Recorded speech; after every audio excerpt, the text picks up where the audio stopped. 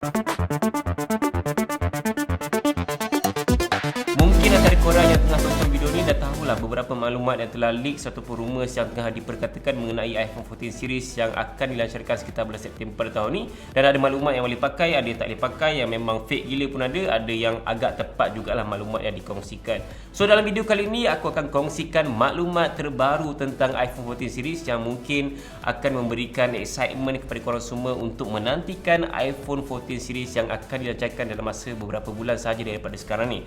So, kita tahu yang Apple telah mula perkenalkan model mini iaitu 12 mini pada iPhone 12 series dengan design yang sama je macam iPhone yang lain, cuma saiz dia lebih compact iaitu saiz 5.4 inci, screen OLED dan ada 5G dengan chip yang berkuasa dan spesifikasi dia memang cukup mantap lah untuk sebuah phone yang compact. Even aku sendiri pun pernah gunakan iPhone 12 mini dan aku ada buat video mengenai 12 mini, korang boleh tonton video tu.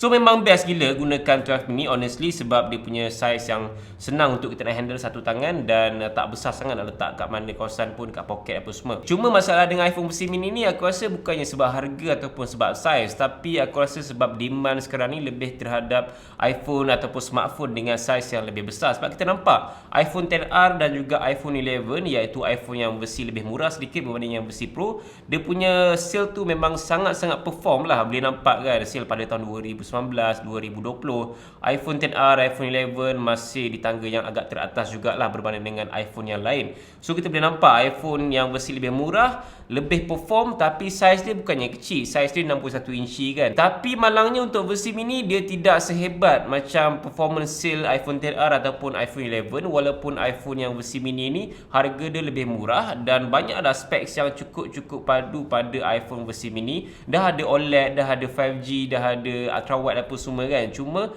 dia punya saiz tu je kecil dan mungkin demand sekarang ni kurang lah. Luckily untuk iPhone 14 series kali ni akan hadir dengan 4 pilihan model juga. Cumanya ada satu perubahan model iaitu tiada lagi versi mini untuk iPhone 14 series berdasarkan leaks ataupun rumours yang tengah tersebar sekarang ni lah. So Apple akan gantikan iPhone 14 mini kepada iPhone 14 Max. Yes, dia akan gunakan nama Max dan kita tahu nama Max ni biasanya dia akan menggunakan saiz skrin yang lebih besar berbanding dengan saiz skrin yang biasa macam iPhone 13 Pro Max dengan saiz 67 inci. So, leaks mengatakan bahawa iPhone 14 Max ni akan menggunakan saiz skrin 6.7 inci juga, sama macam iPhone 13 Pro Max ataupun iPhone 14 Pro Max lah. So basically itu adalah antara perubahan yang agak drastik lah daripada iPhone versi compact dan juga kecil kepada iPhone yang terus besar terus saiz dia kan. Kalau maklumat ni betul, bermakna lepas ni kita akan nampak lah iPhone versi mini dan mungkin Apple akan fokus iPhone versi yang lebih kecil ataupun compact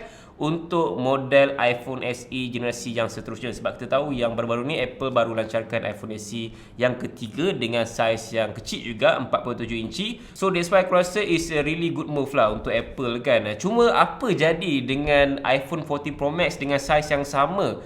Ya, kita tahu iPhone 14 Pro Max ni saiz dia 67 inci. Kalau ikutkan leaks paling terbaru, memang kita boleh nampak rekaan untuk iPhone 14 series kali ni masih akan kekalkan DNA rekaan untuk iPhone 12 series ataupun iPhone 13 series. So takkan ada perubahan yang sangat-sangat drastik lah pada rekaan untuk iPhone 14 series dan itu memang kita dah boleh jangka. Cuma kita akan nampak sedikit perubahan mungkin dari segi paparan skrin dia, dari segi dia punya saiz untuk button ke kedudukan dia akan ubah sikit, membuatkan kita kena beli casing baru lah untuk iPhone 14 series macam iPhone 12 series dan juga iPhone 13 series kan. Walaupun rekaan dia masih sama, kita masih kena beli casing yang baru, tak boleh gunakan casing yang daripada iPhone 12 series. So akan ada sedikit perubahan yang sedikit je, very minor lah untuk iPhone 14 series dari segi kedudukan kamera, button apa semua, dan of course akan ada pilihan warna baru untuk iPhone 14 series dan benda tu memang kita dah boleh jangka lah. Kebanyakan iPhone yang baru dilancarkan memang akan ada pilihan warna baru yang membuatkan inilah perbezaan antara iPhone baru dan juga iPhone model sebelumnya. Kalau kita tengok berdasarkan card renders yang dikongsikan oleh 91 Mobiles, which is leakers yang boleh dipercayai juga dan dia lebih kurang je macam John Prosser. Tapi John Prosser punya leaks untuk iPhone 14 tu macam bercanggah sedikit lah daripada apa yang ditiriskan oleh 91 Mobiles ni kan. Dan 91 Mobiles pun ada reputasi yang cukup baik juga. So card render ni biasanya digunakan oleh pengilang ataupun pengeluar casing ataupun tempered glass dekat China lah.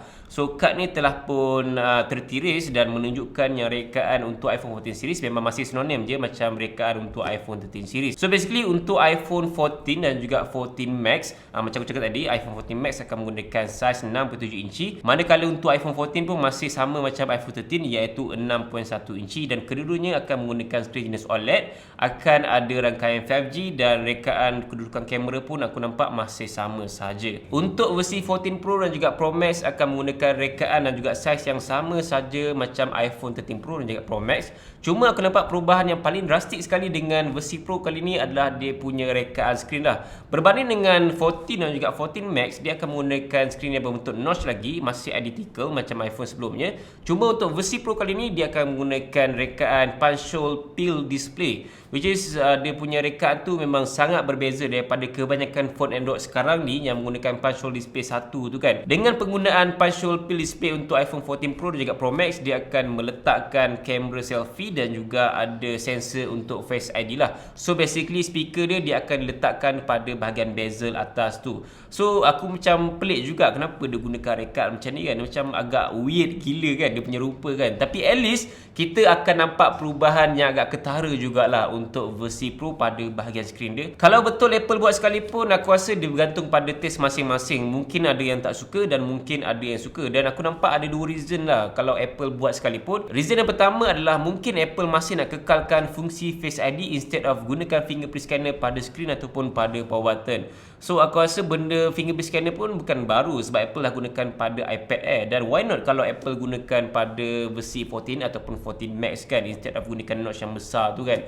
Dan reason kedua adalah mungkin disebabkan oleh rekaan punch hole display pill ni akan membezakan ini adalah iPhone dan juga ini adalah Android phone. Sebab kita tahu yang kebanyakan Android phone menggunakan punch hole display satu kamera yang bulat satu tu kan. Tapi kalau iPhone menggunakan rekaan punch hole pill display yang lebih unik ataupun lain sikit daripada Android, so dia akan membezakan dan membuatkan ini adalah identiti rekaan untuk iPhone. Itu depends pada taste masing-masing. Korang rasa macam mana? Okey ataupun tidak, ataupun korang lebih prefer menggunakan skrin dengan bentuk notch? Korang boleh komen dekat bahagian bawah. Okay? In fact, apa yang kita boleh jangkakan dengan iPhone 14 Pro dan juga Pro Max, dia akan hadir dengan skrin OLED yang mungkin akan dipertingkatkan sikit kualiti dia dan juga akan ada fungsi promotion 120Hz. Dan untuk iPhone 14 dan juga 14 Max, aku tak rasa yang Apple akan letakkan promotion 120Hz. Kalau ada tu memang sangat-sangat bagus lah Apple ni kan, memang respect gila lah. Tapi kalau tak ada pun at least bagi 90Hz pun dah cukup bagus aku rasa instead of 60Hz. Actually aku ada dengar juga leaks yang mengatakan bahawa Apple mungkin akan membezakan performance daripada versi iPhone 14 biasa dan juga versi iPhone 14 Pro. So basically ada leaks mengatakan bahawa Apple akan menggunakan chip A15 Bionic untuk iPhone 14 dan juga iPhone 14 Max.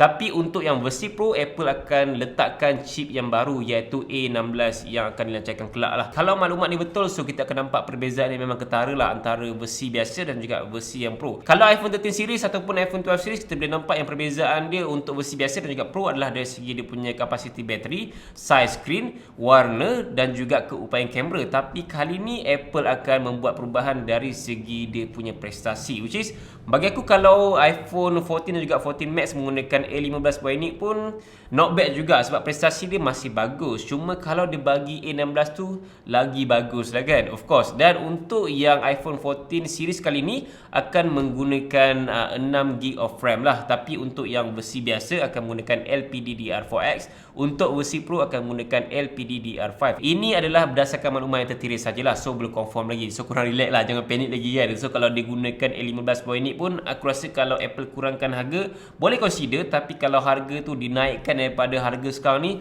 so kena fikir banyak kali jugalah. Aku rasa 14 Max mungkin akan laku keras lah kalau dia gunakan chip A16. Sebab perbezaan dia dengan Pro Max nanti adalah aku rasa dari segi dia punya keupayaan kamera saja. Dari segi dia punya size dah sama, screen OLED lagi, tapi dengan harga lebih murah sedikit berbanding dengan 14 Pro Max kan. So kalau digunakan A15 Bionic, at least kita ada reason decision untuk nak beli yang 14 Pro Max. So itu adalah antara sebab-sebab yang aku boleh nampak lah kenapa Apple akan membezakan dari segi prestasi chip untuk versi biasa dan juga versi Pro Max. Selain tu, antara features lain yang kita boleh jangkakan untuk iPhone 14 series kali ni adalah Apple mungkin akan improvise dari segi ketahanan bateri, dari segi keupayan kamera dan juga video, dan ada leaks mengatakan bahawa Apple masih akan kekalkan Lightning port untuk iPhone 14 series, bukannya menggunakan USB-C port.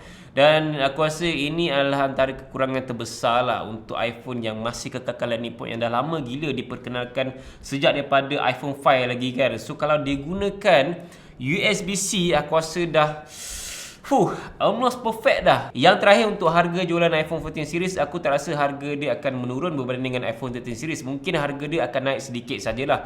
Lagi-lagi untuk yang versi iPhone 14 Max dan juga untuk yang versi Pro. Kalau kita nak bandingkan dengan iPhone 12 series dan juga iPhone 13 series, harga dia lebih kurang sama untuk yang versi Pro, tapi untuk yang versi mini dan juga untuk versi biasa ada kenaikan sedikit. Tapi untuk iPhone 14 series, aku tak rasa yang iPhone 14 akan naik harga. Mungkin lebih kurang je macam iPhone 13. Cuma untuk yang versi iPhone 14 Max, mungkin harga dia akan lebih kurang macam iPhone 14 Pro. Sebab kita tahu saiz dia dah besar, 6.7 inci berbanding dengan 5.4 inci daripada iPhone 13 mini kan. So harga untuk iPhone 14 Max mungkin akan hampir-hampir dengan iPhone 14 Pro. So kita akan ada confusion sikit lah, nak beli iPhone 14 Max ke nak beli iPhone 14 Pro kan. So saiz berbeza, cuma features lebih profesional of course pada yang versi Pro nanti. Manakala untuk yang versi iPhone 14 Pro dan juga Pro Max, aku rasa dia akan naik sedikit lah berbanding dengan 13 Pro ataupun 13 Pro Max. Seperti yang kita tahu, iPhone 13 Pro Max mencecah harga 7,000 lebih untuk the highest variant, dan untuk iPhone 14 Pro Max mungkin boleh jadi yang harga dia akan mencecah RM8,000 berdasarkan jangkaan aku saja. Benda ni bukan confirm lagi jangkaan saja.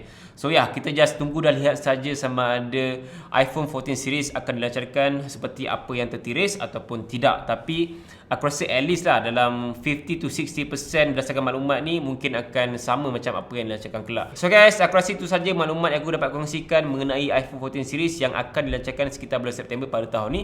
Dan semua maklumat ni tak confirm lagi, just leaks dan juga rumour saja. Mungkin ada yang boleh pakai dan juga mungkin ada yang tak boleh pakai. So just enjoy dan kita just tunggu dan lihat masa pelancaran nanti sama ada betul ataupun tidak. Okay, berjumpa lagi dalam video. Assalamualaikum. Bye.